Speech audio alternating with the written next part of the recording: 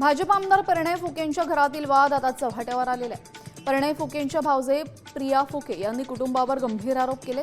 सगळे सिस्टीम आमच्या खिशात आहे, 20 वर्ष झाली तरीही तुझी केस कोर्टात उभी राहणार नाही अशा धमक्या दिल्याचा आरोप प्रिया फुके यांनी केलेला आहे।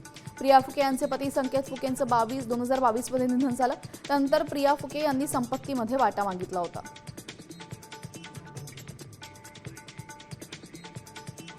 हे दाखवलं गेलं आहे की न्यायव्यवस्था, पोलीस प्रशासन आणि सगळे जितकेही मोठे लोक आहे आमच्या खिशात आहे, आम्ही सगळ्यांना विकत घेऊ शकतो। तुझा आवाज लोकांपर्यंत पोहोचणार नाही आणि तू 20 वर्ष जरी कोर्टात लढत राहिली तरी तुझी केस आम्ही कोर्टात येऊ देणार नाही।